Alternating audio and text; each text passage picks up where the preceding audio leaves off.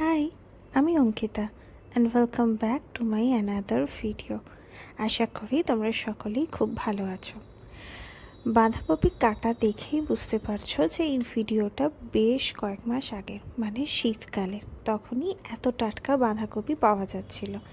আসলে মাঝে কিছুদিন শরীর খারাপ থাকায় আমি একটু ভিডিও দিতে পারিনি, তবে আশা করছি এবার আস্তে আস্তে আমি রেগুলার ভিডিও দিতে পারবো। তো বাঁধাকপি সাধারণত শুধুই ভালো লাগে, বাট আমার বেশি ভালো লাগে চিংড়ি মাছ বা মাছের মাথা কোনো একটা কিছু দিয়ে। তাই সেদিনকে আমি চিংড়ি মাছ দিয়ে বাঁধাকপি বানিয়েছিলাম, আর ভাবলাম যে আমি ঠিক কীভাবে চিংড়ি মাছ দিয়ে বাঁধাকপি বানাই সেটা তোমাদের সবার সাথে শেয়ার করি।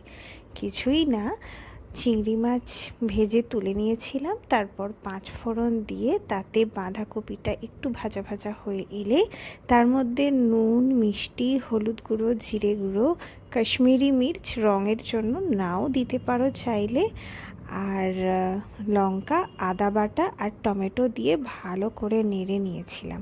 বাঁধাকপিটা বেশ কিছুটা হয়ে এলে তাতে চিংড়ি মাছটা অ্যাড করে দিয়েছিলাম।